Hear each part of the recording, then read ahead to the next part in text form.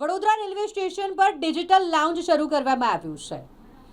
દેશનું બીજું અને ગુજરાત રાજ્યનું પહેલું ડિજિટલ લોન્ચ કે જે વડોદરા રેલવે સ્ટેશન ખાતે શરૂ થઈ ગયું છે. હવે 200 રૂપિયા આપી તમે 1 કલાક સુધી આ ડિજિટલ લોન્જમાં કામ કરી શકો છો, આરામ કરી શકો છો. જ્યાં સુધી તમારી ટ્રેન ન આવે ત્યાં સુધી તમે ડિજિટલ લોન્જનો ઉપયોગ કરી શકો છો. આધુનિક સુવિધાઓથી સજ્જ છે આ ડિજિટલ લોન્જ. એમાં વાઈફાઈની સુવિધા સહિતની દરેક સુવિધા તમને મળી રહેશે. ચાય કોફી નાસ્તાની પણ સુવિધા તમને અહીંયા મળી રહેશે. જ્યારે લોન્જનું લોકાર્પણ કરવાનું આયોજન કરવામાં આવ્યું હોય ત્યારે વડોદરાના સાંસદ ડૉક્ટર હેમાંગ જોશી ખાસ ઉપસ્થિત રહ્યા હતા. તેમના વરદ હસ્તે આ ડિજિટલ લોન્ચ કરવામાં આવ્યું છે, તેનું ઉદ્ઘાટન કરવામાં આવ્યું છે. સાથે જ રેલવે વિભાગના ડીઆરએમ સહિતના અધિકારીઓ અને કર્મચારીઓ પણ ઉપસ્થિત રહ્યા હતા. યશસ્વી વડાપ્રધાન શ્રી નરેન્દ્ર મોદીજી જે વિકસિત ભારતનું સ્વપ્ન જોઈ રહ્યા છે, આજે વિકસિત ભારતનું સ્વપ્ન વિકસિત વડોદરાથી કઈ રીતે હોઈ શકે એનું પ્રતિબિંબ આજે વડોદરા રેલવે સ્ટેશન ખાતે જોવા મળ્યું છે. વડોદરા રેલવે સ્ટેશનની અંદર એક આજે ડિજિટલ લોન્જનું ઉદ્ઘાટન અને લોકાર્પણ કરવામાં આવ્યું.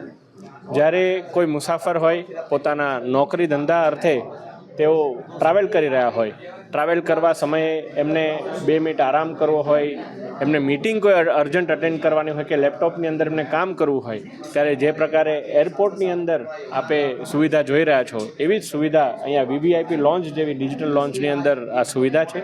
અને આ લોન્જની અંદર એ વ્યક્તિ પોતે લેપટોપમાં કામ કરી શકે, નાસ્તો પાણી કરી શકે, એને ફ્રેશ થવું હોય, નાહવું હોય તો શાવરની પણ વ્યવસ્થા અહીંયા છે. અને એને 2-4 કલાક જો આરામ કરવો હોય તો નેપ માટેની પણ એક સારી એવી બેડની સુવિધા અહીંયા ઉપલબ્ધ છે.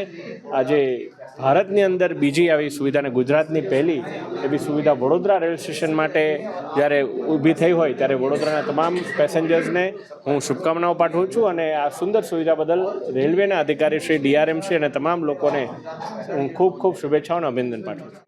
नमस्कार। ये आज माननीय सांसद श्री हेमांग जोशी सर ने ये भारत का दूसरा डिजिटल लॉन्च है और इनफैक्ट गुजरात का पहला डिजिटल लॉन्च है, इसका उद्घाटन किया।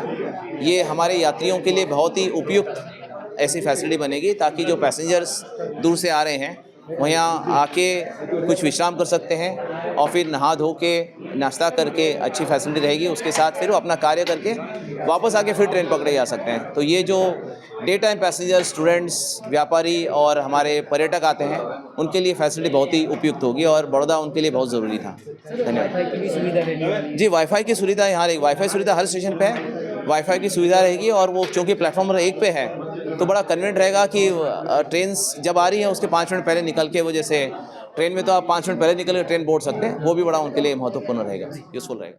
आज रेलवे स्टेशन खाते, वडोदरा रेलवे स्टेशन खाते इंडियाનું બીજું અને ગુજરાતનું પહેલું એક્ઝિક્યુટિવ લોન્ચ જે આપણે માત્ર આજ સુધી એરપોર્ટ પર જોઈ છે, આવી એક્ઝિક્યુટિવ લોન્ચ આજે સાંસદશ્રીના વરદ હસ્તે લોકાર્પણ થઈ છે. ખરા અર્થની અંદર એક્ઝિક્યુટિવ લોન્ચ એરપોર્ટ પર જે જોવામાં આવે છે, હવે રેલવે સ્ટેશન પર મુસાફરોને એનો લાભ મળવાનો છે. અને ખૂબ નજીવા ભાડે કોઈને પણ એન્ટ્રી જોઈતી હશે તો માત્ર 200 રૂપિયામાં અનલિમિટેડ ટી, કોફી, બિસ્કિટ સાથે એની એન્ટ્રી મળવાની છે. અને એની સાથે ત્યાં એને કદાચ રાત્રે ઉતરે છે અને એને ત્યાં સૂઈ જવું છે તો સેપરેટ બેડની પણ વ્યવસ્થા અને ખૂબ નજીવા ભાડા, એ પણ 2 કલાકના 500 રૂપિયા જેવા ભાડા સાથે હોટલ સુધી ના જવું પડે અને એની વચ્ચે આરામદાયક સ્થિતિ પણ એને મળે એવું એક આયોજન, ખૂબ સરસ આયોજન આજે રેલવે વિભાગ દ્વારા કરવામાં આવ્યું છે. આજે ઉદ્ઘાટન કરવામાં આવ્યું છે.